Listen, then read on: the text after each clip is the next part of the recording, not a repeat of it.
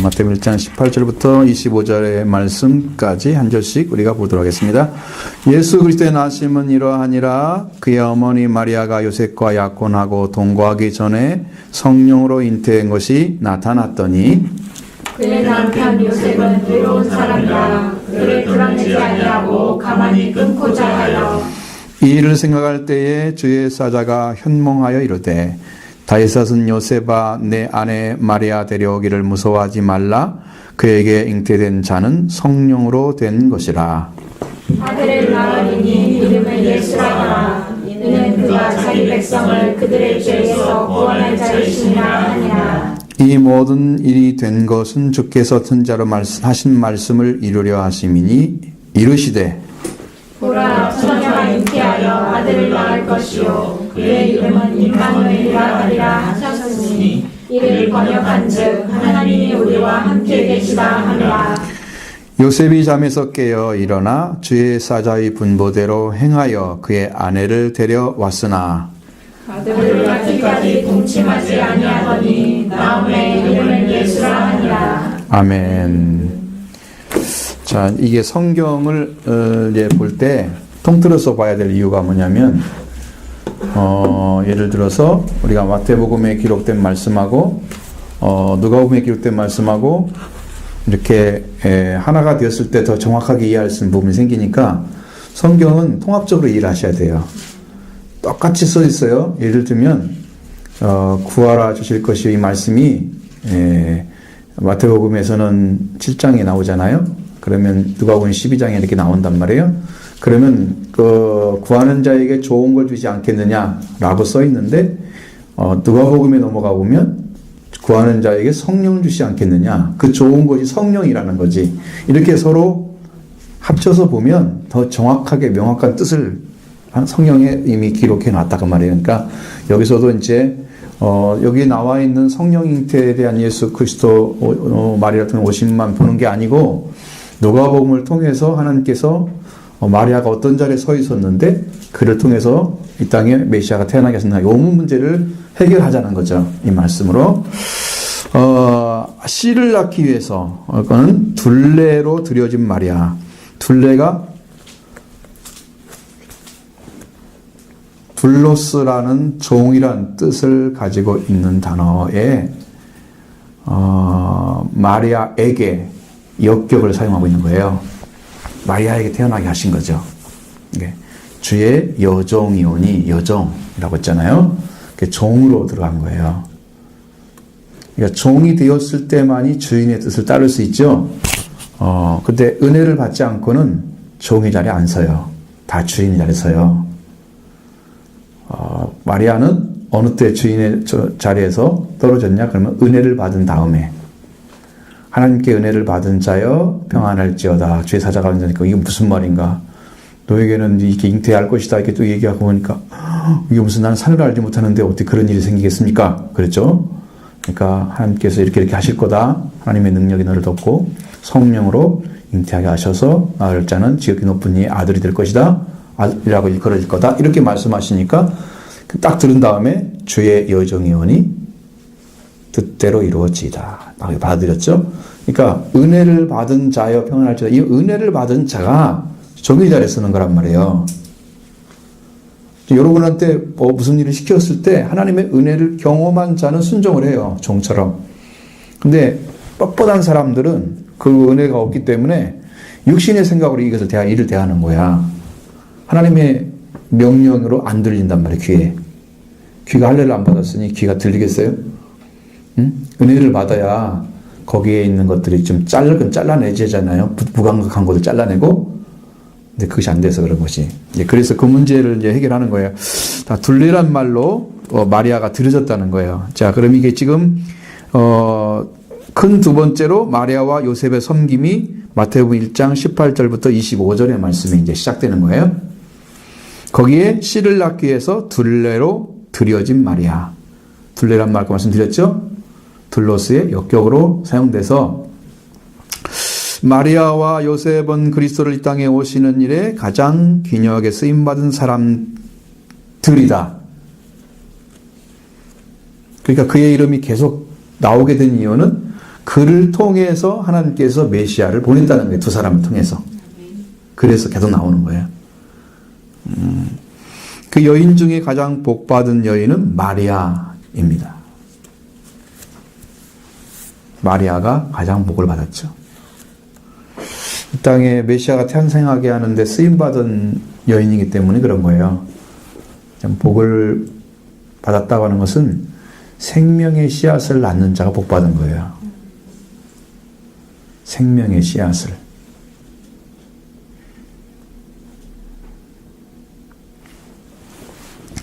여러분도 복 받으려고 하면 이제 이 생명의 씨앗이 말씀이잖아요. 말씀이 심겨져서 열매가 맺어질 때까지 세워진 사람, 그 사람이 복 받은 사람이에요. 그러니까 여러분도 성령 받고 이 말씀이 심겨져서 여러분 안에 그리스도가 잉태돼서 이 그리스도가 지배하고 다스리는 완전한 그리스도의 사람으로 성장해 가면, 그리스도의 장성한 분량까지 성장해야 된다고 그랬잖아요. 우리 안에 오셔서 그분이 그렇게 되면 그건 복받은 사람이에요. 왜냐하면 사랑이 이루어지기 때문에. 사랑이 이루어진다는 그 사람은요, 하나님의 사랑이 내 안에 이루어져요. 이웃사랑이 완성되는 거예요. 복받은 사람입니다. 자, 누가복음 1장 42절에 큰 소리로 불러 이르되 여자 중 네가 복이 있도다 있으며 내 태중의 아이도 복이 있도다 그랬습니다. 누가복음 1장 42절이에요. 이것은 이제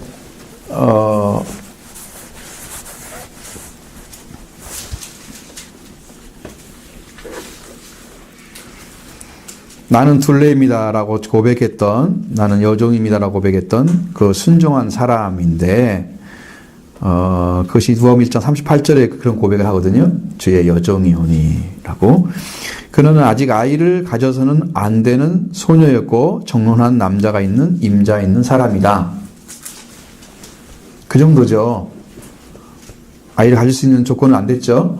그러나 주께서 그의 인생을 사용하겠다고 말씀하실 때 그는 나는 이렇게 임자 있는 몸인데요 라고 말하지 않고 자기 의지 내려놓고 전적으로 종의 자리에 서서 주인의 목적을 위해서 쓰임받는 종의 자리로 자신을, 종으로서 자신을 헌신했다는 거죠. 그게 중요한 사실이에요. 아니 이렇게 쓰려고 하는데요, 저는 이렇게 살고 싶은데요 라고 주장하는 것이 아니고, 종은 주인이 이렇게 쓰라고 하는 대로 쓰는 거예요. 여러분이 예수님이 예루살렘 성에 입성할 때 딱 나오죠. 나귀 새끼 끌고 오라 가서 주인한테, 자, 주인이 왜 끌고 가느냐 그러면 주님이 주가 쓰시겠다 하라. 그죠? 주가 쓰신다고 할 때 주는 사람은 그 사람이 종인 거예요. 자기 의지와 상관없이 쓰임 받는 거예요. 근데 그런 것을 하려고 하면 준비가 안 된 사람은 가능하지 않아요. 이 사람도 은혜 받은 사람이기 때문에 가능한 거예요. 여러분의 밭도 다 갈아지고 생명의 말씀이 심겨질 준비가 된 사람에게 이 생명의 말씀이 딱 떨어졌을 때 열매가 맺어지는까지 하는 거죠. 응? 자, 근데 마리아가 돼야 된다는, 우리는 첫 번째는 둘레라고 고백한 순종의 사람이 돼야 되고, 또 한 가지는 마리아가 되자는 거예요. 예수의 씨를 여러분의 심령 안에 품어야 된다는 거예요. 이건 남자 여자 상관없는 거예요. 여기는 어쩔 수 없이 여자를 통해 하나님이 자녀가 태어나게 하셨기 때문에 여자를 사용하신 거죠. 그러나 구원받는 대상은 여자만이 아니고 남자도 구원을 받아야 하잖아요. 그건 여러분의 심령 안에 들어오셔야 됩니다. 씨를 위해서, 그의 씨를 위해서 나의 태를, 나의 인생을 드려야 한다, 그런 거예요. 그리고 그 씨를 키워야 된다. 그 생명이 내 속에서 어떻게 해야 돼요? 주권을 행사하고 왕이 되셔야 한다는 거죠.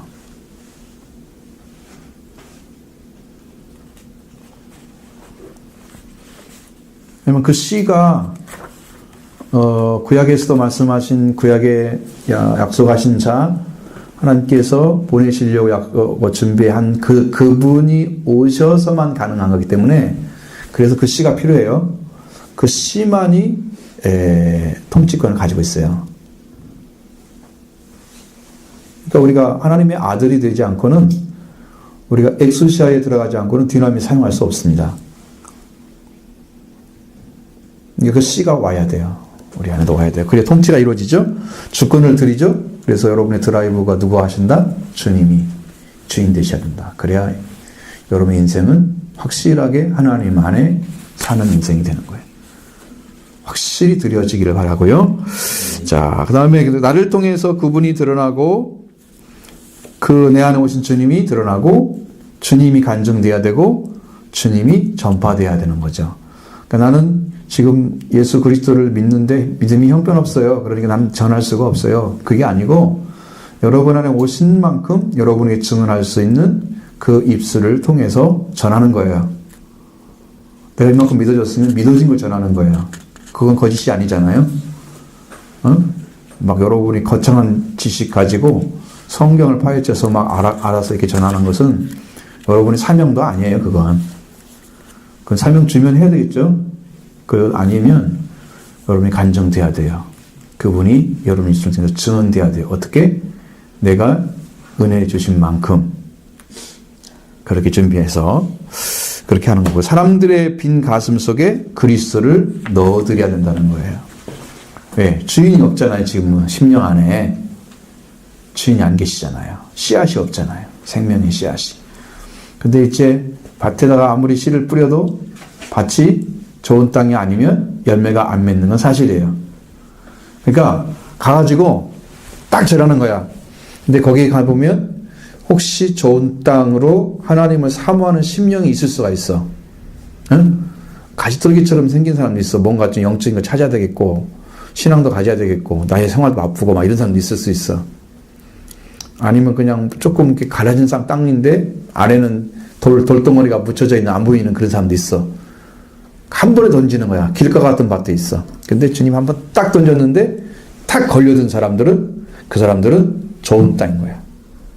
주님이 준비된 사람이야. 그 사람 딱 끌어다가 이제는 심어가지고, 회개가 먼저 딱 심어가지고 정확하게 거기다가 말씀을 심어주면 그 말씀이 자라서 열매 맺는 거야. 그러니까 여러분의 입술에서 그리스도가 증거되어 씨앗을 딱 던져주는데 누구나 다 받기는 않잖아요. 왜? 길가 같은 밭은 그냥 위에 뚝 떠 있잖아. 씨가 안 들어가고 이제 새들이 와서 주워 먹어버리잖아. 그죠? 그럴 수밖에 없죠. 그럴지라도 그 중에 하나님께서 구원할 자가 있을 거란 말이에요. 그러면 그 사람이 들려들어오는 거야. 그물을 던졌는데 들어온 거야. 말씀의 그물 앞에 걸려 들어온 거야. 그러니까 그래서 여러분이 작은 간증이라도 해야 된다는 거예요. 그걸도 감동받아서 나도 교회 갈래.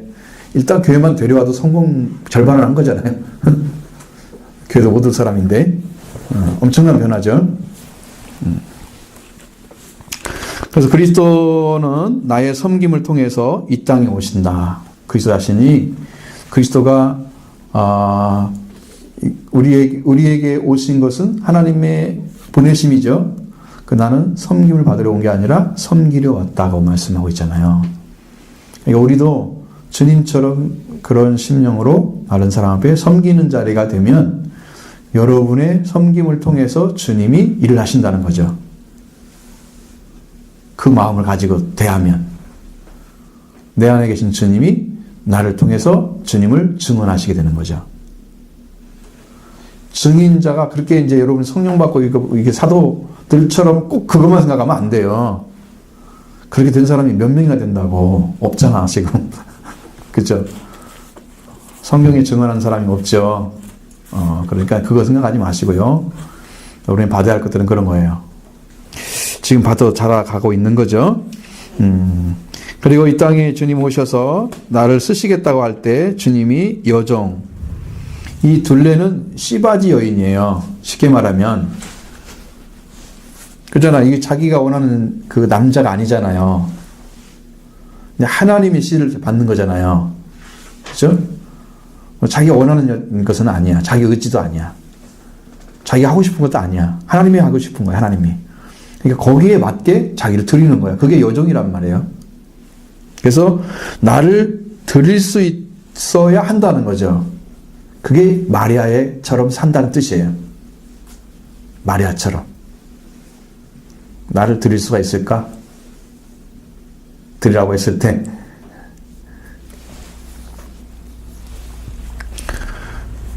자, 그러면 누가복음 1장 38절을 보시면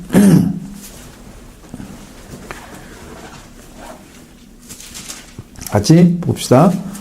마리아가 이르되 나의 주의 여종이오니 말씀대로 내게 이루어지이다음에 천사가 떠나가니라. 자, 이루어지기를 받아들였을 때 이제 천사는 할 일을 다 마쳤죠. 떠나가야 되겠죠. 예, 이렇게 예수 그리스도가 이 땅에 오셔서 세상을 구원하는 일에 위해서 그리스도를 잉태하고 낳고 섬기기 위해서 이 땅에 살아가고 있는 사람들, 그게 마리아예요. 영적인 마리아들. 이 땅에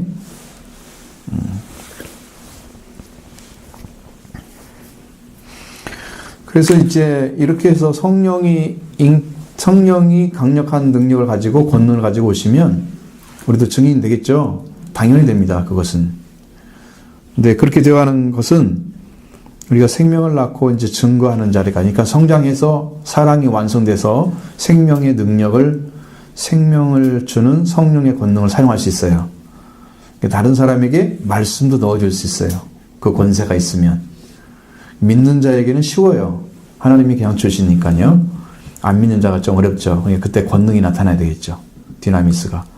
그래서 그의 심령을 하나님이 강력한 능력으로 마음을 돌리고 거부하는 마음을 좀 부드럽게 만들어주고 그렇게 해서 그의 심령 안에 말씀이 들어가도록 하시는 거예요. 이제 그랬을 때 들어오는 사람들은 이제 제대로 걸린 거야. 말씀 앞에 들어올 수 있도록. 자, 그 다음에 돕는 자로서 요셉의 섬김을 보시겠습니다. 돕는 자로서 요셉의 섬김. 첫 번째는 마리아가 되자고, 두 번째는 요셉이 되자는 거예요.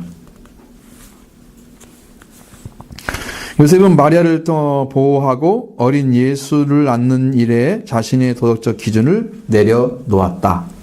어떻게? 아이가 낳을 때 그 여자를 어떻게 했어요? 가만히 어떻게 했어요? 끊으려고.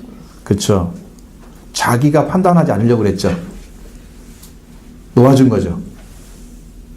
자기 생각을 거기다 안 집어넣었어요. 이거 하나님의 일이라면 자기 생각을 집어넣어서 거기를 내가 알 때까지는 끝까지 가보자 이렇게 하면 안 된다는 거예요.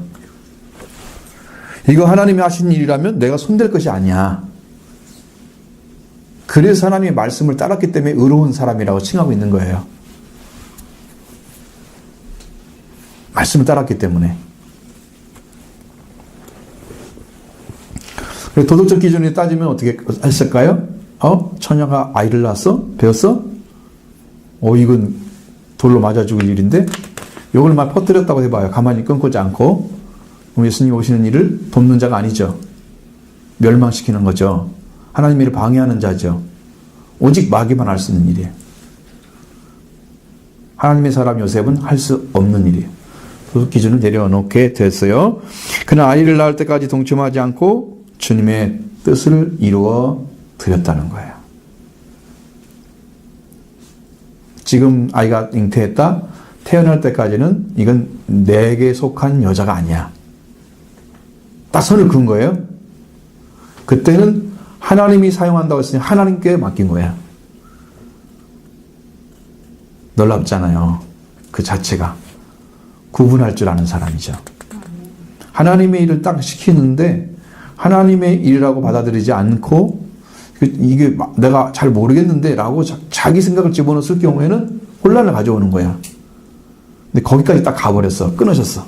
마음에서. 정리가 됐죠? 그렇게 해서 하나님의 주님의 뜻을 이루어 드렸는데 그리스도를 섬기기 위해서는 우리는 우리 스스로의 생각은 제한하고 절제의 삶을 살아야 된다는 거예요.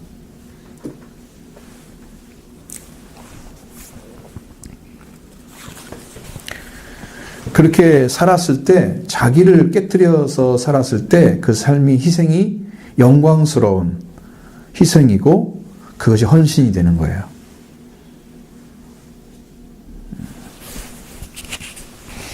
그래서 그리스도를 섬기는 일은 특권입니다. 여러분 하나님의 나라에서 이 땅에 구원자를 보내셔서 인류를 구원하는 일을 지금 맡기는 거잖아요. 이 그리스도가 오시면. 자, 그러니까 그리스도를 섬기어서 하나님의 일을 행하는데 그리스도로서 일할 수 있도록 그 모든 것에 섬기는 자로서 부름받으면 이것은 굉장한 특권인 거예요. 예수 그리스도가 여러분의 심령 안에 강력하게 역사를 하시면 여러분이 지금 하고 있는 이 공부나 이런 일들이 얼마나 큰 일이라는 사실을 알게 돼요. 근데 이것이 잘 모르잖아요? 그럼 이게 크게 안 보이는 거야. 이게. 그러니까 그냥 하는 일처럼 생각하는 거지. 하나님이 여기 와서 일을 하고자 하는 그 목적이 있는데, 그러면 자기가 모른다고 해서 하나님이 아닌 건 아니잖아요. 그럼 자기가 모르면 자기는 모르는 만큼 그냥 물러서 있어야 되는 거야. 그래야 그 방해를 안 받죠. 그 일을 방해하면은 하나님 일을 지금 그르치게 되는 거죠. 큰 문제가 일으켜져요. 그러나 반대로 얘기해서 그리스도가 오셨는데 그 그리스도가 자기 아내에게 쓰임받게 됐다 그러면 그리스도 섬기는 일에 하나님께 드려야지 이 아내를 쓰시도록 자기는 절제했죠. 끊었죠. 그래서 그리스도를 섬기는 일을 한 거예요. 그렇게 한 것은. 그러면 여러분들은 그리스도를 위해서 어떤 희생을 해봤나요?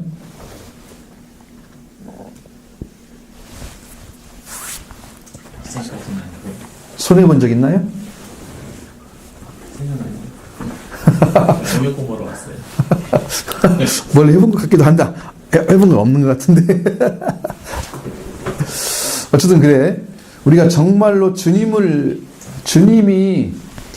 해야 될, 주님이 원하시는 일을 위해서 나를 내려놓는 일을 한다고 하면 그건 대단한 희생인 거죠. 근데 주님은 작은 것에 주님을 위해서 힘쓰고 있는 자체도 엄청 기뻐하시는 거예요. 여러분 마음을 고쳐서 내가 주님을 제대로 한번 살아봐야겠다는 마음을 먹는 자체도 하나님 기뻐하신다니까? 그 의지 자체를. 믿음도 아니야. 그래서 이제 시작을 했는데 내가 이렇게 살아드려야지. 하나님 기쁨이 되어드려야지. 여러분 자녀들이 어떤 부모가 이게 바람이 있는데 그걸 깨달아가지고 그걸 해줬다고 생각해봐. 가만히 살펴보니까 얘가 내가 원하는 걸 하고 있네? 그럼 어떤 기쁨이 들겠어요? 응? 정말 이쁘게 보이겠죠? 그 마음이 있잖아요. 기본적인 그 사랑의 마음이. 그러니까 이 녀석이 이제 철이 들었구나 이렇게 생각하겠죠. 이런 문제가 영적인 부분에서 여러분 안에서 그런 것이 나타나야 돼. 내가 작은 거라 순종해 드려야겠다. 내가 손해를 보더라도 그렇게 하셔. 요셉이 했듯이 그렇게 하라고. 요셉이 그렇게 자기를 포기하고 듯이 그리스도를 양육하는 일에 자기 생애를 그리고 직업을 사용하고 그 자신의 삶의 모든 자원을 다 들여서 그리스도를 이 땅에 태어난 그리스도를 섬겼다는 거죠. 요셉은 자기 자식으로 태어났으니까 자기 자식처럼 섬겨야 될 거 아니에요. 살아야 될 거 아니에요. 그러면 일단은 그가 성장하도록 도와야 되겠죠. 육신이니까 영은 성장할 필요가 없는데 육신은 성장을 해야 될 거 아니야. 그렇죠? 그래서 그의 생애를 다 바쳐서 묵슬한 직업을 가지고 열심히 일을 해서 자신의 삶의 모든 자원을 들여서 무엇을 했다? 그리스도를 섬겼다고 하는 거예요. 그게 요셉의 삶이란 말이에요. 여러분 안에 오신 예수 그리스도를 여러분은 어떻게 섬기고 있습니까? 주님만이 주가 되도록 여러분 심령 안에 계신 주님, 그분이 주님만이 나를 드라이브 하도록 나의 핸들을 놓아드리는 것이. 그리고 다스림 받는 거죠.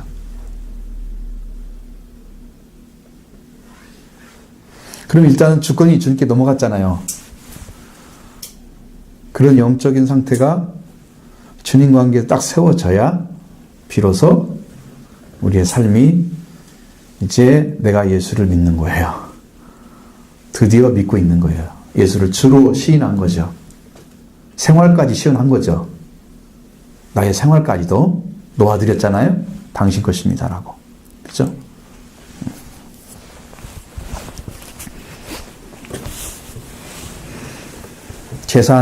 자기 재산과 목공기술, 그 남은 생애 전체가 그리스도를 섬기기 위해서 드려진 분이 요셉이다. 그는 하나님의 지시에 복종하고 헌신했습니다. 마리아를 데려오고 호적하기 위해서 베들레헴에 가서 성경의 예언들을 이루었죠. 그리고 천사는 그런 애굽에서 피난하라고 지시했고, 그 다음에 다시 나사로 오라고 현몽해 줬죠. 하나하나를 다 하나님의 지시에 따라서 순종해 간 삶이었어요. 자, 우리한테는 하나님께서 이제는 영으로 오시죠. 천사가 오는 게 아니고 영을 통해서 성령으로 감동하고 감아주시고 움직이시죠. 그때마다 순종해야 됩니다.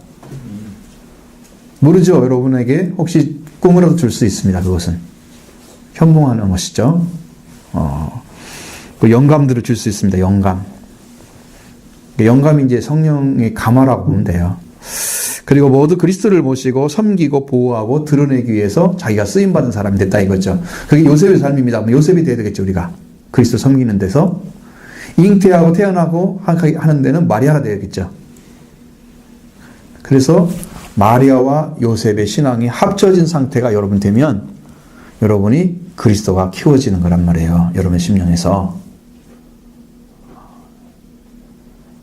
잘 조명이 되죠. 그렇게 보시면 돼요. 오늘 또 우리가 마리아와 요셉을 찾으시는 주님이시다. 우리 안에 오셔서 네가 마리아가 되어야 되고 네가 요셉이 되어야 되고 우리한테 주시죠. 그렇죠? 그래서 마리아와 요셉은 말씀에 철저하게 복종하고 헌신한 사람들이었다.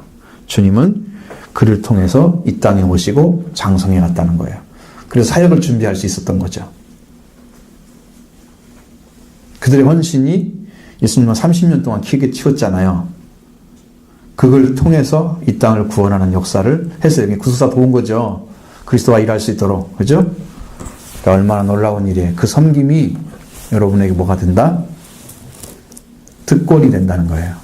대단한 것이죠. 나는 주님을 믿고 섬기고 만나서 간 사람들은요, 지도하게 이뻐 보이는 거야. 왜? 너무나 큰 것을 받은 거야. 은혜가. 이 그리스도가 들어온 생명 안에 그 생명 자체가 지금 그냥 아주 땅에 있는 값이 갑자기 그냥 그리스도의 값으로 올라가 버린 거야. 그냥 그것은 값도 못 받을 정도의 생명의 가치였는데 지옥에 보내도 될 생명이었단 말이에요. 죽어서. 근데 이 사람이 천국에서 영광 받는 자리까지 그냥 확 바뀌어버린 거야. 그리스도를 믿으니까. 그러니까 얼마나 이뻐 보이냐고. 그 생명 하나가. 그렇게 사랑스러울 수가 없지요. 그렇게 사랑스럽다니까요. 그게 주님 안에 있는 사람들의 모습이에요. 이것을 등한히 여기거나 값없이 여기는 사람들은 아직 이제 그 가치를 발견하지 못해서 세상에 가치 있는 것이 더 있다는 거죠. 그 사람에게. 그러니까 주님을 섬기는데 등한히 하는 거예요. 더 가치 있는 것이 아직 모르기 때문에도 그렇지만 주님이 하나님이 얼마나 가치가 크시고 우리에게 영원한 생명에 돈도 안 받고 그냥 공짜로 주는 건데 믿기만 하면 주는 건데 그보다 빨리 받는 것도 없는데 불구하고 그런단 말이죠. 우리가 참 많이 생각해 볼 부분인데 주님은 내게도 오늘 또 말씀하시고 복종하고 헌신을 요구하시는 거예요. 너 이렇게 순종해 줘. 너 이 말을 들어줘. 그래서 나의 헌신과 희생으로 그리스도가 사람들에게 전달할 수 있다면 내가 그분을 모시는 둘레가 되는 거예요. 종이 되는 거예요. 여정이.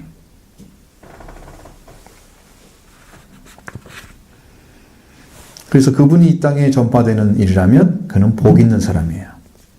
세례 요한도 복 있는 자라고 말씀하고 있었어요. 왜? 그가 그리스도를 소개했어요. 세상에 전하했어요. 이가 하나님의 아들이다. 이분이 하나님 보내신 자다. 소개했죠. 복 있는 사람입니다. 이 사람도. 그런데 직접 만나가지고 그분을 알고 그 안에 평화와 기쁨과 사랑을 누리면서 여기 안에, 내 안에 계신 주님을 증거한다는 삶은 더 행복한 거예요. 몰랐는데 갑자기 성령님이 이 사람은 그런 사람이야. 이 사람은 그런 사람이야. 이렇게 말씀해서 알게 됐어. 그것은 간접적인 거야. 성령을 알았지만. 근데 그분을 만나가지고 그분이 구원을 이루어주신 구원을 내한테 이루어져서 내가 그분에 의해서 복음을 전하고 있다면 이건 간접적인 게 아니라 직접적인 거잖아요. 그러니까 제자들은 이렇게 증인이 된 거죠. 주님 직접 만난 증인. 그러니까 엄청난 축복인 거야, 이것은. 그러니까 생명 맞춰도 될 정도의 축복인 거야. 순교를 해야 되는 거죠. 생명 맞출 수 있습니다. 복 있는 사람입니다. 그 다음에 주의 사자의 분부드렸습니다. 마태복음 1장 20절부터 1장 20절, 24절부터 25절. 주의 사자의 분부대로 순종한 사람들이었다는 거죠.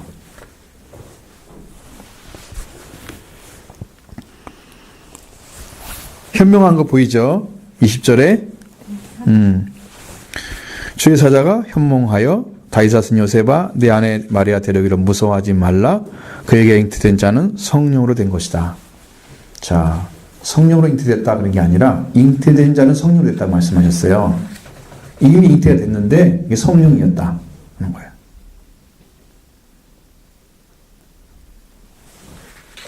자, 그 말을 따랐다는 거죠. 그 말을 듣고 나서 그러면서 이제 쭉 얘기를 해주죠. 자기 백성을 저희도 그에서 구원할 자라 예수라 이름을 지으라라고 말씀하시고 선지자의 말씀은 처녀가 잉태해서 아들을 낳을 것이고 그게 동정녀라는 말을 쓰죠. 마리아는 남자와 관계없는 동정녀였는데 그에게 이게 처녀란 말이 동정녀란 말이에요. 처녀가 잉태하여 아들을 낳을 것이요 그의 이름을 임마누엘이라 하리라. 임마누엘이 됐어요. 하나님이 우리 중에 들어오신 거예요. 말씀이 육신이 되어 우리 가운데 거하심에 그것이 뭐예요? 그게 바로 임마누엘이에요. 오셔서 직접 나타나신 거예요. 하나님이 함께 계신 이 자리에. 그럼 이 자리에 주님이 오셔서 성령을 오시면 여러분 이게 임마누엘입니다. 오셔서 여러분이 말씀하시고 명령하시 순종하겠면 이제 은혜를 받는 거예요. 오늘 우리에게 그것을 요구하시는 거예요. 내가 그분을 모시고 둘레가 되고 이분이 이 땅에 전파되어야 될 뿐 아니라 자 현명한 대로 따라갔습니다. 또 말씀과 계시 인도 또 감동들은 신뢰하고 순종해야 될 것입니다. 그러니까 무슨 말씀을 하더라도 여러분이 꿈에도 말씀하시든지 아니면 실제로 말씀하시든지 그건 전부 하나님의 말씀입니다. 주의 사자를 통해서 자 이렇게 하나님의 말씀에 순종하는 자들로 결단한 그런 사람들을 통해서 말씀에 순종하고 복종하는 사람들을 통해서 하나님이 지금도 메시아가 오게 하시고 이 땅에 하나님 나라를 하나님의 왕국을 세워가고 있다는 거죠. 지금도 동일하게 일을 하고 계십니다. 지금 여러분들 마리아가 되고 요셉이 돼야 돼서 그리스도를 키워내서 이 땅에 사역하게 하잖아요. 돕는 거죠. 이제 그걸 이제 이게 태어나서 자라게 하시는 과정이잖아요. 그게 자, 다 자란 분이 이제 우리한테 오셨어. 지금은 완성된 구원을 가지고 오셨어. 우리한테는. 그럼 마리아는 무슨 일을 해야 돼요? 성령으로 잉태하는 일. 요셉은 그리스도가 내 안에 자라도록 돕는 일. 두 가지 요소가 있어야 되겠죠, 내 안에. 그렇게 해서 그리스도의 장성한 분량에까지 우리가 이르러서 우리의 영적인 위치가 주님의 원래 그리스도가 가진 위치를 가져야잖아. 그 그리스도인이죠. 그럼 하나님의 사랑에까지 참된 지식에까지 자라가지고 그 영적인 위치가 다 찾아져요. 응? 그게 최고의 가치예요. 그 위치를 찾는 게. 그 사랑으로 완성되는 거예요. 그게 이제 에베소에 나온 말씀이에요. 자, 여러분에게 여러 번 전했던 말씀이에요.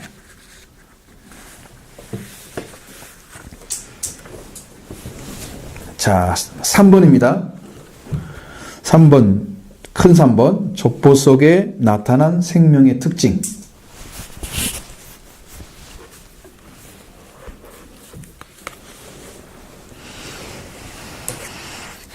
작은 1번 예수의 생명 두 요소.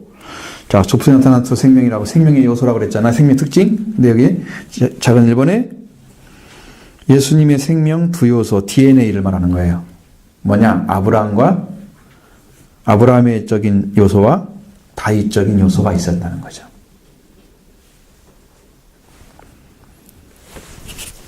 작은 1번, 작은 1번, 이제 가로를 두 개 이렇게 쳐서, 아브라함은 씨의 대표다. 로마서 4장 16절, 17절.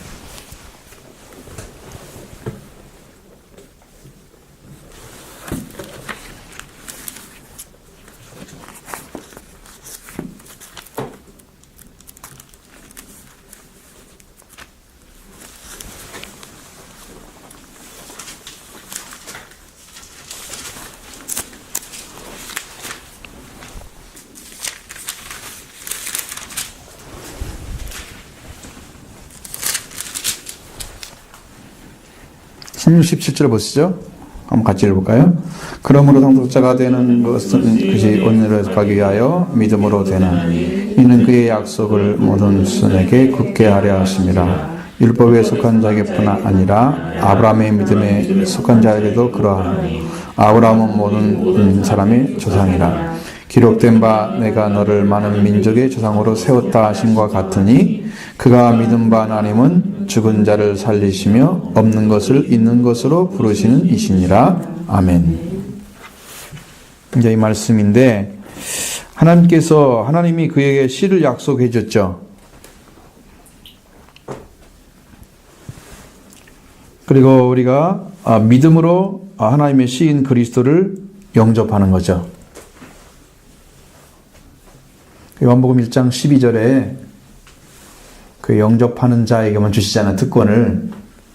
영접하는 자, 전인격적으로 그분을 의지하는 자. 빛이 어둠에 비치되 어둠이 참으로 이해하지 못했다. 그분이 진짜 메시아인 걸 확인할 수 있는 그런 해석하는 능력이 떨어진 거예요.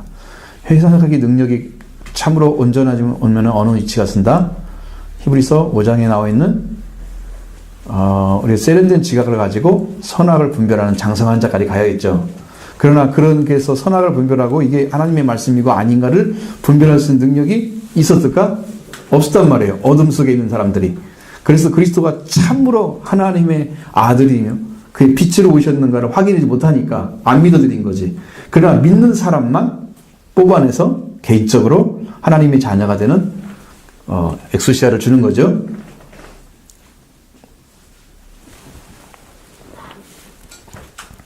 그래서 씨를 얻게 되는 거예요. 이 씨는 아주 중다한 민족이 되고 강성한 나라가 만들어진다고 약속해 놨어요. 많은 민족의 조상이 있다고 그랬죠. 많은 민족의 조상으로 세웠다. 창세기 12장 1절로 3절의 말씀에도 그렇게 나와 있어요. 그리고 생육하고 번성해서 땅에 충만해지는 것이 생명을 주신 목적입니다. 여러분 복잡히 생각하지 마세요. 창세기 1장 28절부터 보면 26절 28절의 말씀 안에 하나님의 가장 중요하게 하나님의 복을 받은 사람들의 특징이 뭐예요? 처음에는 생육하고 번성하여 땅이 충만하고 땅을 정복하고 그랬죠. 하늘의 새들과 하늘에 있는 것들, 공중에 하늘에 있는 것과 땅 아래에 있는 짐승 모두 기는 것들, 땅 물속에 있는 모든 것들을 다스리라고 말씀하시잖아요. 그러면 첫 번째는 생육하고 번성하는 씨가 태어나야 되겠죠. 두 번째는 다스리는 자가 태어나야 되겠죠. 다스리는 권세를 받아야 되겠죠. 자, 그러니까 씨는 아브라함의 특색이에요. 요소예요. 아브라함이 많은 조상의 시작이 됐어요. 그래서 뭐라고 써 있어요? 16절에 끝에 보면 아브라함은 우리 모든 사람의 조상이라 그랬잖아요. 시작인 거예요. 그분이 씨의 시작이에요. 씨를 잃어버려서 인류가 어떻게 해서 타락해서 그 씨를 다시 시작한 분이 하나님이 세우신 아브라함인 거예요. 아브라함이 어떻게 들어갔다? 자기의 노력으로 들어간 게 아니고 은혜로 믿음으로 말씀을 따라 들어갔다. 그러니까 믿음으로 가진 사람들은 아브라함 같은 복을 받는 거죠. 그래서 씨를 얻게 되는 거예요. 아브라함이 씨가 되신 것처럼. 그의 후손은, 마지막 후손은 예수 그리스도잖아요. 그 후손을 얻게 되는 거예요. 자, 그래서 우리가 믿음으로 예수님을 받아들이게 되면 아브라함의 후손이 된다. 자, 여기서 이해가 잘 안 되면 빨리 말씀하시고. 이해가 잘 되십니까?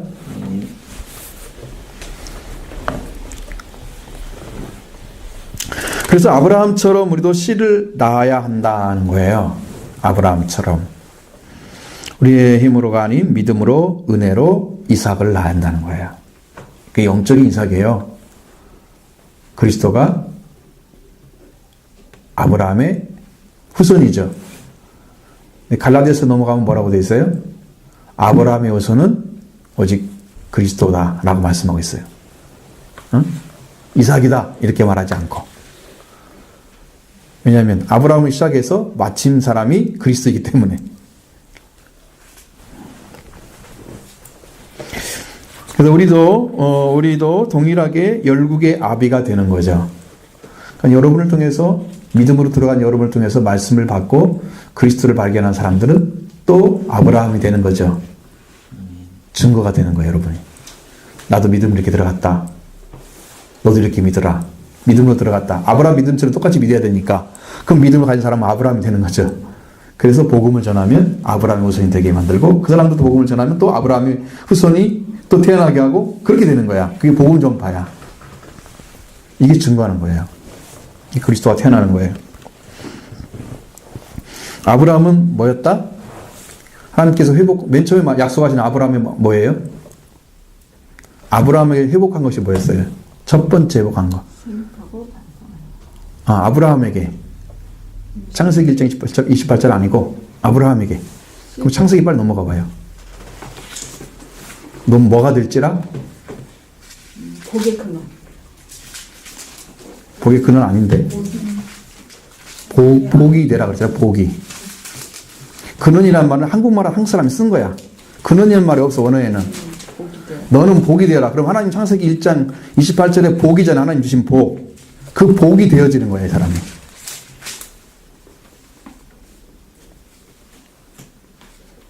그렇죠? 복이 되라고 말씀하시고 그 복은 하나님이 첫사람 아담에게 주신 복이 아브라함을 통해서 다시 회복되는 거죠.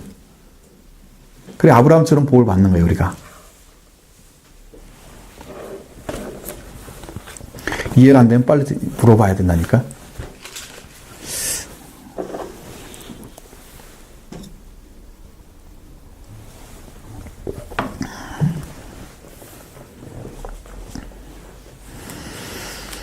아브라함은 모든 민족의 조상이 됐습니다. 그리고 아브라함은 이삭을 낳는 일을 위해서 평생 들인 사람이에요. 씨 하나를 낳았어요. 아브라함이 한 일 가운데 제일 큰 일은 씨를 낳는 일이었어요.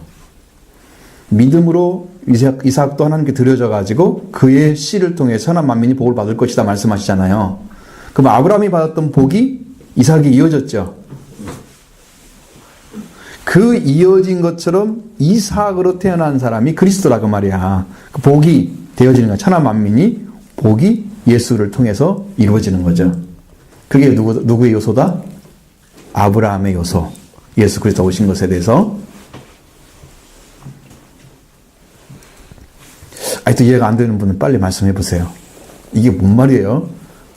하나도 못 알아듣겠어요. 그렇게 말을 하든가 하여튼 뭐라고 해봐. 좀. 너무 빨리. 빨리 못 알아. 너무나 지금 시간이 없어가지고 엄청 빨리 하는 거야, 지금. 아니 너무 빨라요. 머리는 이렇게 따라가고 있는데 끝났어. 끝나고 보니까 뒷말이 안 들렸어. 진짜 중간 이 말 들으면 이 말을 새어나가. 이게 적지 말고 적는 데는 필요한 요소만 딱 적으면 돼요. 그걸 다 적으려고 하다가 토시까지 적으려다가 앞이 적고 있는데 뒤 놓치는 거야. 그래가지고 항상 그랬으므로 그거 끝나고 있고 다른 것도 적어놓고 이런단 말이야. 거기에 중심되는 말이 뭔가를 찾아내야 돼. 뼈대를 찾아내야 돼.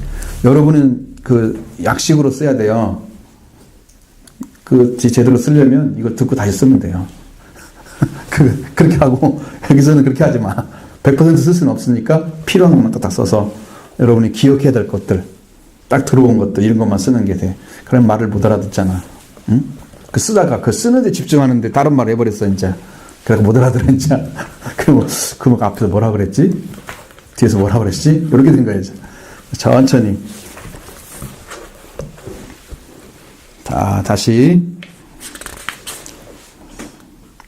아브라함은 뭘 했다? 복이 되었다. 그 다음에 아브라함은 모든 민족의 조상이 되었다. 아브라함은 이삭을 낳는 일에 평생을 들인 사람이다. 씨 하나 얻어내려고. 하나님 약속의 씨 하나 낳으려고 아브라함을 선택한 거야. 그 결론이 그거잖아. 창세기 12장에서 갔다가 22장에 씨 낳는 것으로 마치잖아.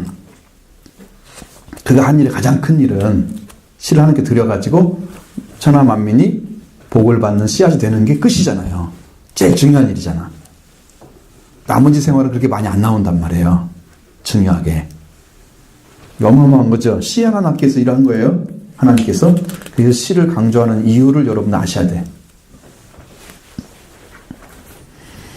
우리도 아브라함처럼 예수님을 낳는 일을 위해서 뭐 한다?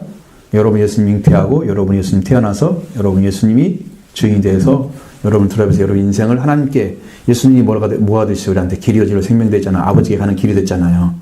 그 예수님으로 해서 천국에 가는 길까지 딱 가야 자 끝나는 거야. 그게 시작된 것이 끝나는 거야.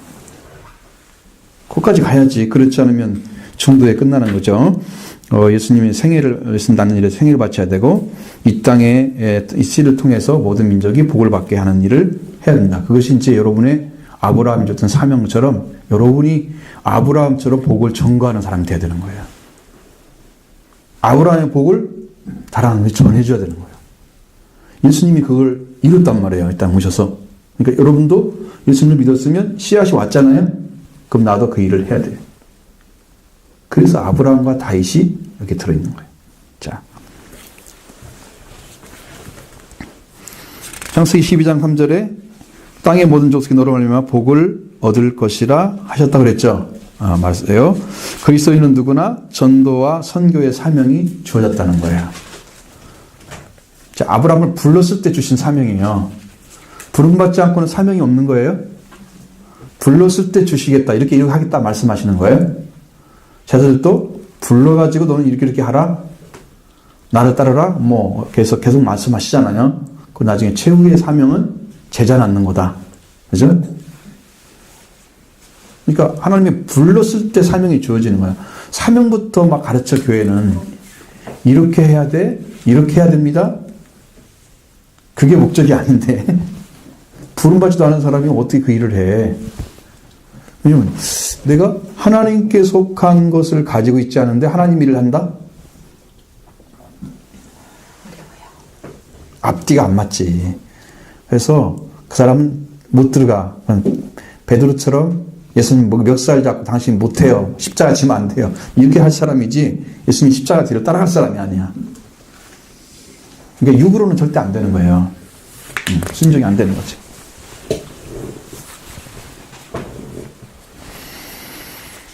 그래서 제가 받은 씨는 반드시 30배, 60배, 100배의 결실이 오게 된다 하는 거예요. 이제 씨가 왔으면요 복음을 전하게 돼 있어요. 영적인 의미에서는 한 사람 한 사람 예산할 때는 성령의 감모, 감화, 감동, 충만 이렇게 이루어지는 거고 이렇게 대상으로 말했을 때는 30배, 60배, 100배가 된다고 말해요. 자, 그 다음에 작은 2번에 다윗은 어떤 종류가 다윗은 어떤 사람이냐? 다윗은 하나님의 통치를, 하나님 나라의 통치를 보여준 대표적인 왕이라는 거예요. 하나님의 나라의 통치를 보여준 대표적인 왕. 그래서 사무엘하 7장 8절로 16절.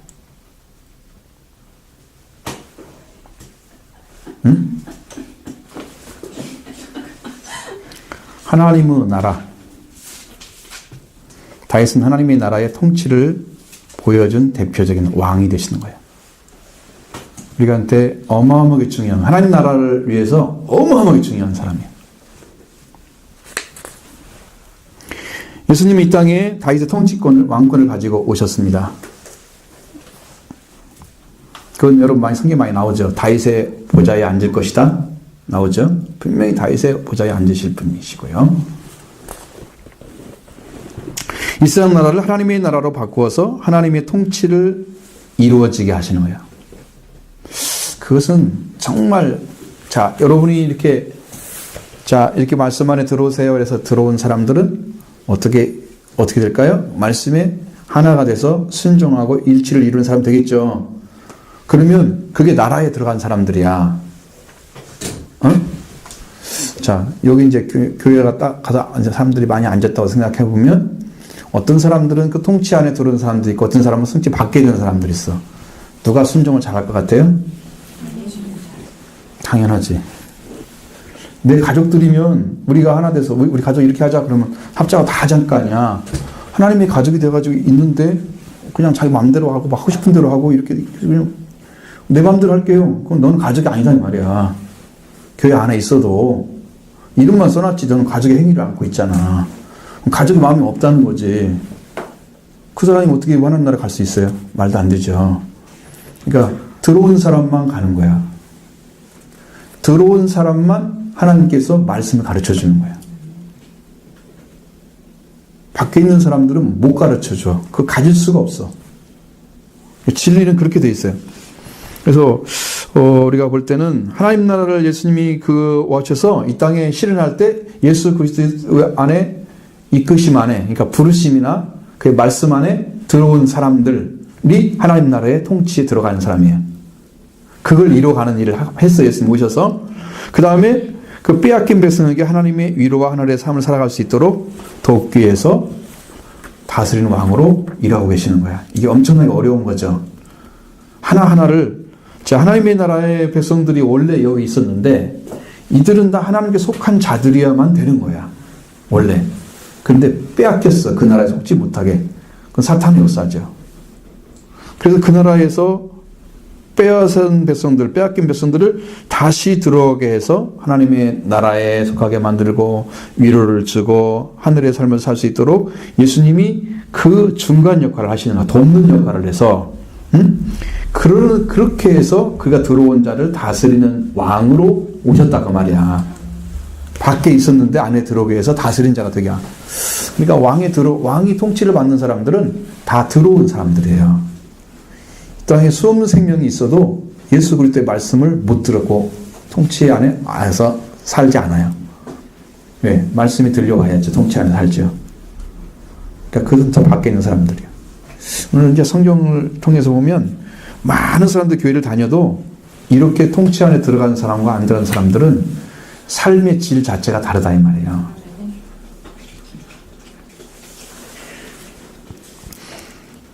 성경에는 사탄이 뭐라고 그랬어요? 사탄은 이 세상의 임금이라고 그랬죠. 그렇죠? 그러니까 믿는 자에게는 더 이상의 왕이 될 수가 없어요. 걔가. 사탄은 예수 그리스도께 돌아오는 순간에 사탄은 권위를 잃어버리죠. 권세를 잃어버려요. 세력이 무력화돼요. 그것을 위해서 예수님이 오신 거예요. 그 사탄에게 지배받고 통치권 안에 들어가 있는 자들을 뺏어서 하나님의 나라에 다시 들어가는 일을 하시는 거야. 그러니까 사탄을 깨뜨려야 되죠. 권세를. 그 예수님이 십자가 부활을 통해서 완성하신 거예요. 이기신 거예요. 그 이름 앞에 사탄은 도전할 수가 없어요. 덤빌 수가 없어요. 그 이름을 가지고 그 이름을 믿는 자들에게는 하나님께서 권세를 주시는 거예요. 내 자식이 위기에 처했어. 그럼 부모가 안 찾아가지. 내가 사법권이 하나님 나라에 속해 있는 사람이야. 소위. 근데 위기가 닥쳤어. 하나님이 그냥 가만히 구경하시겠어요? 내 자식이라면 하나님이 일을 하셔보셔서. 일을 하셔. 그 내 안에 확신이 없으면 그게 안 되지만 내 안에 하나님 말씀으로 오셔서 계실 때는 주님이 가만히 계시지 않아요. 반드시 일을 하세요. 왜? 내 자식이 해침받기를 원하지 않으시는 거야. 한 생명도 버림받지를 원하지 않는 거야. 해침받기를 원하지 않아. 하나님께서 예수님께 그 맡겼자 양을 그러면 내 손에서 빼앗을 자가 없으리라. 예수 그리스도의 능력 안에 들어간 사람들은 빼앗기지 않아요. 어떤 생명도. 주님이 지키시는 거죠. 그게 주님의 권세예요. 그의 이름의 권세야. 그래서 이길 수가 있어요. 그리고 이제 이렇게 해나가는데, 자, 사탄이 이제 왕노로 돼서 이제 끝났어요. 그 권세 끝났어요. 요한복음 12장 31절이나 로마서 5장 17절에 보면 다 나와 있어요. 이 세상에 속한 자가 우리는 더 이상 될 수가 없고요. 우리가 예수가 하나님의 아들이심과 그리스도이심을 믿는 자들은 모두 세상을 이기는 왕권을 가진 자들이다. 요한일서 5장 1절로 8절의 말씀하네. 어떤 자다? 예수가 누구? 예수님이 하나님의 아들 이과 그리스도이심을 믿는 자들에게는 어땠다? 세상을 이기는 다스리는 왕권을 가진 자다. 요한일서 5장 1절부터 8절의 말씀 안에 그 말씀이 들어있다는 거야. 세상을 이기는 자가 어떤 사람이에요? 예수님이 하나님의 아들임을 믿는 자. 그러면 아들이니까 권세가 주어지는 거예요. 그래서 승리할 수 있어요. 세상에 대해서, 죄에 대해서. 우리도 다윗처럼 땅을 확보하고 정복해 나가야 되죠. 하나님의 나라의 통치와 권세를 드러내야 됩니다. 보여야 됩니다. 우리가 어마어마한 사람들이에요. 왜 주어진 권세는 되게 커요. 근데 내가 권세를 사용하지 못하는 이유가 뭘까? 받았는데 그게 힘이 없어. 무슨 문제가 있을까요?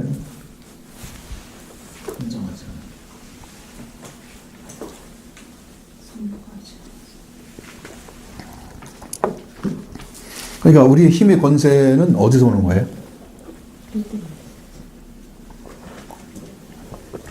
누구로부터 오는 거예요? 그러니까 그분이 와서 일할 수 있도록 나와 관계가 완전하게 되어 있지 않은 거예요. 믿어드리는 데 약하고 생각도 약하고 그분이 진짜 와가지고 일하려면 여러분 안에 뭐가 와야 돼요? 강력한 말씀, 성령의 권능이 와야 되겠죠. 그러면 기도하면서 받아내야 되거든요. 우리가 은혜 받고 성장해가는 작업 속에 들어가 있어요. 그게요. 계속적으로 말씀에 신인데서 활발해지면 뭘 어떻게 한다? 은혜의 은혜. 그게 뭐라고요? 은혜 대신에 은혜가 계속 오게 되면 신인에서 활발해져서 모든 생명체가 신인에서 활발하면 다 살잖아요. 영적인 것도 신인에서 활발하면 다 성장을 해요. 그래서 충만한 데까지 이르게 되는 거죠. 여기 성장한 사람에게, 자, 그릇도 있는데, 그릇이 이제 조그만하면 땅 조금만 부어도 금방 채워지잖아요. 그러니까 성장하지 않은 자들은 그릇에 부어봤자 그게 그거야.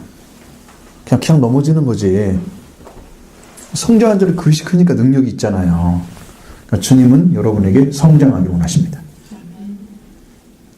성장을 잘하는 애들의 특징이 뭘까요? 잘만 먹으면 돼요? 또 그러니까 신진에서 활발해지려면 많이 먹고 운동 많이 했어. 그 다음에 뭐가 있어야 돼? 잘 사용해야지. 응? 잘 자야지. 하나님 안에 쉼이 있어야 안식이 있어야 한단 말이죠. 영적인. 그러니까 우리 안에 있는 요소들은 우리 전체가 다 아니거든요. 말씀. 여러분이 그러니까 여러 가지를 다 가지고 있어도 그 요소들이 하나님 안에서 말씀으로 세워져야만 되기 때문에 이런 것들이 이제 굉장히 필요한 거예요. 여러분의 영적으로 성장해야 될 그것을 말씀이 계속 오면은요 오게 돼 있어요. 영적 성장이 돼 있어요. 근데 이제 이게 말씀으로 받아가지고 사고하지 않는 사람들, 생각하지 않는 사람들 있잖아요. 받은 것만 가지고 있는 사람들은요 개발이 안 돼요. 그리스도를 담는 성품 후 개발이 안 되져요. 말씀을 붙잡고 있는 거예요. 그냥 그걸 생각하고 기도하고 그러면서 여러분의 생각은 깨지고 말씀은 세워지면서 그 생각의 범위가 넓어지는 거예요. 나의 사고가 다 깨어지면서 하나님의 말씀, 나의 지식까지 다 새롭게 받았으니까 그럼 나의 생각은 아무것도 아닌 거 알죠? 하나님 말씀만 세워지면 권세로 사용되는 거 알죠? 그래서 여러분이 그렇게 영적인 성장도 있어야 되는 거야. 응? 자, 그러니까 말씀 받은 사람들이 넘어진 사람들이 어떤 사람들이냐? 말씀을 받았는데 그냥 말씀 받은 것만 그냥 가지고 있는 사람들이야. 은혜 대신에 은혜라고 그랬죠. 그럼 은혜가 주어지고 또 은혜가 와야 되겠죠. 은혜가 주면 또 은혜가 와야 되겠죠. 그래서 계속해서 성장하는 사람들은 은혜 위에 은혜 대신에 은혜가 계속되는 거예요. 성장하지 않는 사람들은 그것만 붙잡고 있는 거야. 항상 거기밖에는 못 가. 그 말씀으로 사고를 해서 그 말씀을 믿고 그 말씀으로 하나님께서 넓혀주는 지경이 넓어져서 여러분의 심령이나 사고가 하나님의 사랑과 연결되어지고 깊이와 높이와 그 넓이가 계속 갈라져야 되겠죠. 그 영적인 변화와 성장이 하나님의 사랑에 엮여졌을 때 이루어져요. 그 사랑의 풍성함 때문에 영적으로 막 이렇게 성장이 가는 거야. 그 사랑을 의지하지 않고 내가 중심이 된 사람들은 사고가 이렇게 딱 굳어 있어. 하나님의 사랑을 의지하면 여러분 마음이 녹아져요. 깨트져요. 그래서 그냥 내 중심으로 서 있으면서 말씀을 지켜가려고 하는 사람들은요, 딱딱해요, 사고가. 그러니까 이게 깨지질 않는 거야, 자기가. 녹아지지가 않아. 하나님 앞에 녹아져갖고 완전히 깨진 사람들은요, 다 받아들이고, 온유해지고, 겸손해져요. 근데 이것이 안 되는 거지. 유연성이 없어, 유연성이. 그게 이제, 옳지 않은 거 그런 거 막 용납하고 살라는 뜻이 아니잖아, 그게. 하나님 안에서 이루어지는 일을 얘기하는 거잖아, 지금. 이제 그런 사고까지 다 바뀌어야 되는 거죠. 여러분이 그렇게 갖기를 바라고요.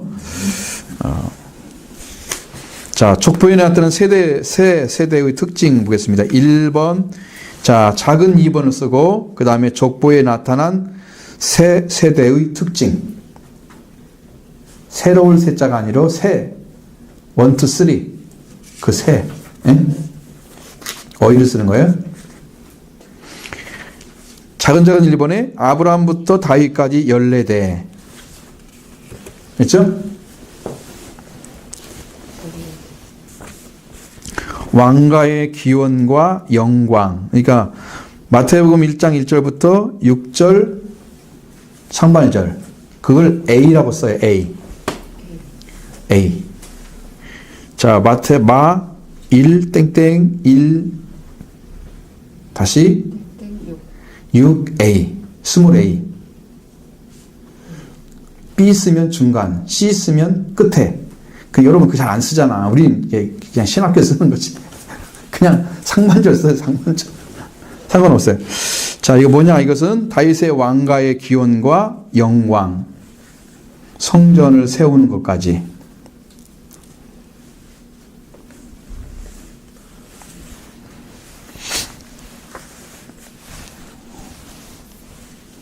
그 다음에 작은 2번, 2번. 다윗부터 포로기까지 14대. 마태복음 1장 6P부터 11절까지. P라고 썼죠. 그럼 그 뒤로 바로 넘어가는 거예요. 포로가 된다는 것은 이제 다윗 왕의 세태기가 오고, 다윗 왕가의 세태기, 그리고 우상 숭배로 인해서 성전과 성을 빼앗기고 회파되는 것까지 가는 거예요. 이건 여러분이 기록할 수밖에 없죠. 이건 기록해 놔야 돼요. 나머지는 여러분이 필요한 것들만 전해주는 것들이고, 그 다음에 작은 3번에 포로기부터 시작해서 예수 탄생까지 14대. 마태복음 1장 12절부터 17절. 이건 뭐냐면 다윗 왕가의 재흥, 다시 세워지는 거예요. 재흥과 성전과 성을 재건함.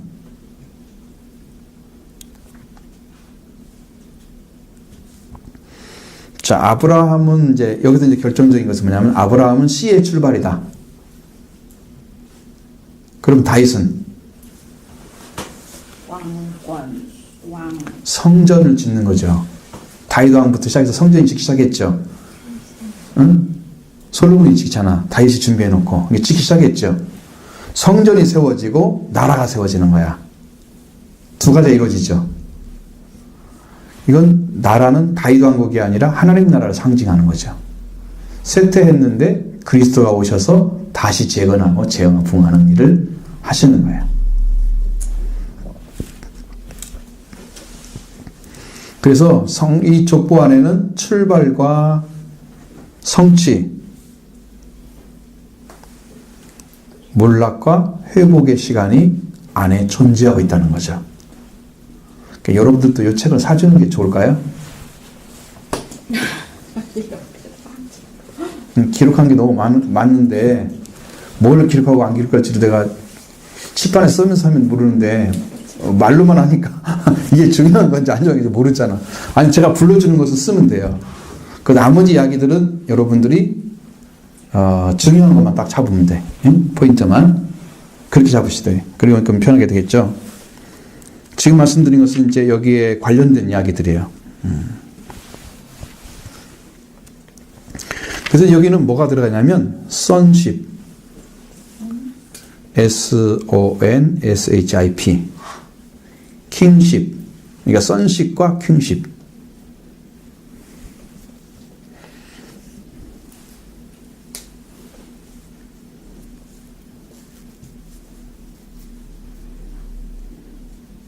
여러분 안에도 sonship이 있어야 되고 kingship이 있어야 된다는 거예요. 아브라함이 sonship이죠. 씨 아들권이 아들 자리죠. 그다음에 kingship은 다윗이죠. 왕권이죠. 왕국이죠. 이 두 가지 요소가 같이 있어야 된다는 거예요.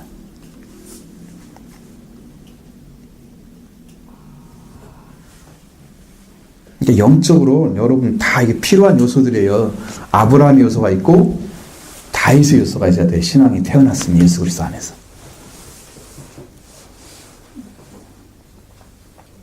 주님은 그걸 이루어가고 있잖아요. 자, 여기까지 하면 되겠네. 한 번만, 하나만 더 하면 되겠네. 이건 다 못할 것 같은데. 그냥 들어와.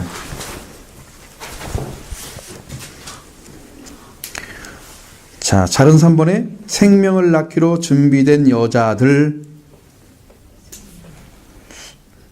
여러분, 유대나라 풍습에는 여자와 아이는 인구조사 때 뭘 안 했다? 계수하지 않았다.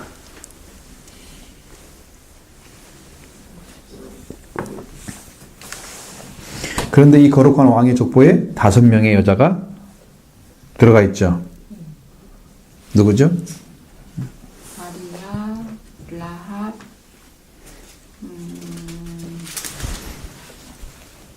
룻, 다말, 우리아의 아내. 그러니까 유다에게는 다말 있고, 그렇죠? 아들이 다말, 그 다음에 살몬의 살몬에는 룻의 라할, 라합, 보아스에게는 룻. 우리아의 아내. 다윗에게는 우리아의 아내. 그러면 이 생명, 이들은 다 예수님의 생명을 이 땅에 전달하기 위해서 쓰임받은 여인들이었다. 그건 여러분 보셨죠? 공부했죠?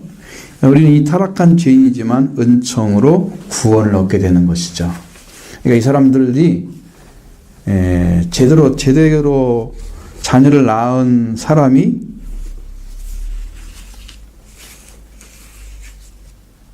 다 보면은 마리아밖에 없어요. 그렇죠? 마리아는 하나님의 명령을 통해서. 그렇죠? 다말은 무용이었고, 라합은 기생이었고, 그렇죠. 룻은 이방인이었고, 우리아의 아내는 남의 집에 살았어요. 잡혀와가지고. 이름이 안 나와요. 왜 우리아의 아내는? 우리아의 아내였어? 솔로몬의 엄마였어. 자, 그래서 구원의 감격이나 축복에 머무르지 않고 은혜를 받은 자는 구속사를 위해서 그리스도의 생명을 낳아드리는 5 여인처럼 되어가는 거예요. 그러니까 은혜 받으면요, 다 그리스도를 중심으로 일하게 돼 있어요. 죄인이라도 하나님의 구원을 위해서 쓰임받는 자가 되는 거예요. 이게 엄청난 축복이에요. 이 사람들은 아마 진짜 주님이 그 역사하심을 심령 안에 가지고 있었을 거예요. 이 보편적인 사람들이 아니에요. 생육하고 충만하고 번성할 것을 명령하신 말씀을 이루어드린 자들은 그리스도의 왕족에 속한 사람들이에요. 그리스도가 왕족이잖아요. 그리스도가 왕이잖아요. 그러니까 왕의 족보에 올라간 사람들이잖아. 그게 왕족이죠. 왕의 족보에 올라갔으니까. 얼마나 놀라운 일이에요. 그 자체가.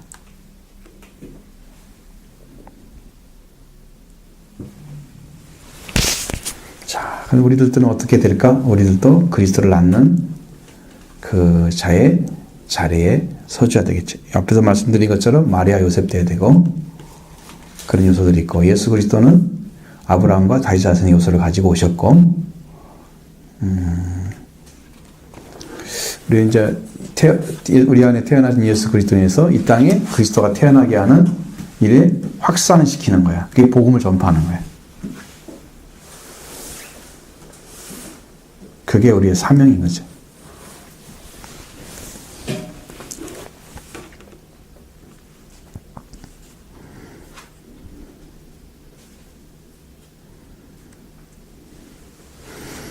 자, 이제 이거 한 가지만 더 말씀드리면 딱 맞겠네. 신분, 출신 1번의 출신, 작은 1번의 출신에서 누가 들어가냐면 다말과 바세바, 마리아. 이 사람들은 출신은 어디 출신이냐면 유대인들이야.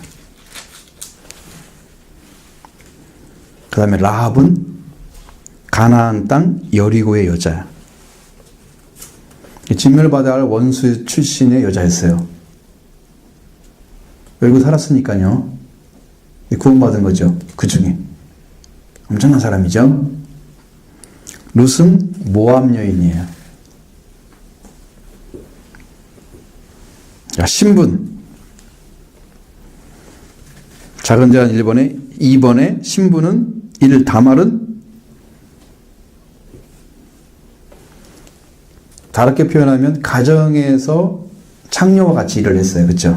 그래서 자녀가 태어났죠. 사실은 그렇게 하지 안 하면 그 상속자를 얻지 못하기 때문에 한 거죠. 그렇게 한 거고, 그 다음에 라합은 여리고의 기생이었습니다. 여호수아 2장에. 룻은 저주받은 모압 족속 출신입니다. 남편을 잃은 과부였죠. 저주받은 가정의 며느리였습니다. 룻이 복받았다고 그러지만 다 남편도 주고 다 그래가지고 글로 간 거잖아요. 다시 돌아오죠. 저주받은 가정이죠. 그런 돌아와가지고 복으로 만들어낸 거예요. 생명 얻어가지고. 엄청난 일을 했어요. 4번 우리아의 아내 바세바. 다윗이 하필이면 그 목욕한 여자를 봐가지고 데려와서 그렇게 부정한 여인 되어버렸어요. 부정한 여인이죠.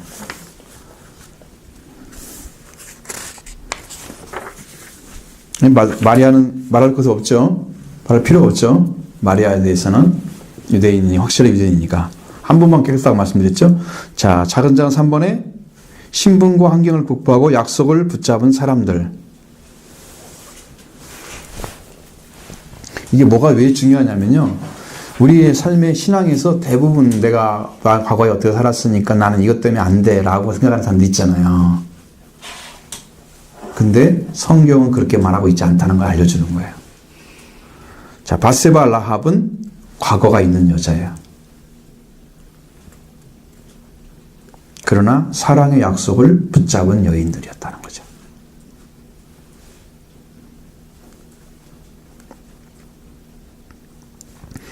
다말과 룻은 버림받아야 할 여자들이었어요.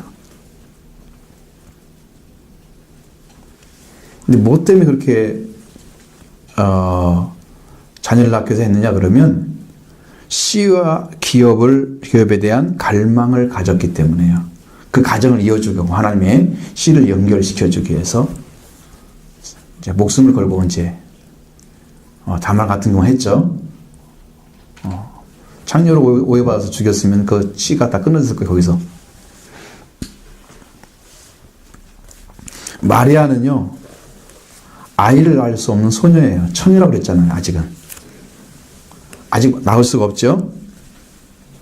그런데 그 처녀를 통해서 거룩한 씨가 땅에 오게 한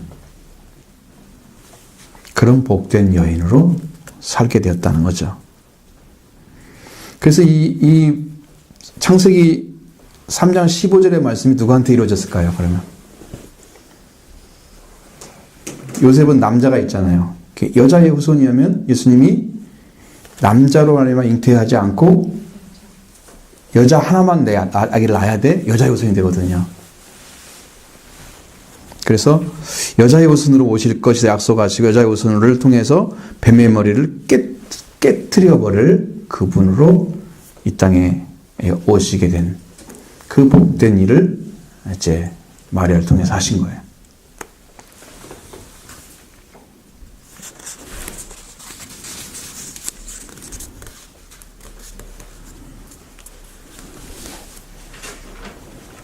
다음 시간에 하겠습니다.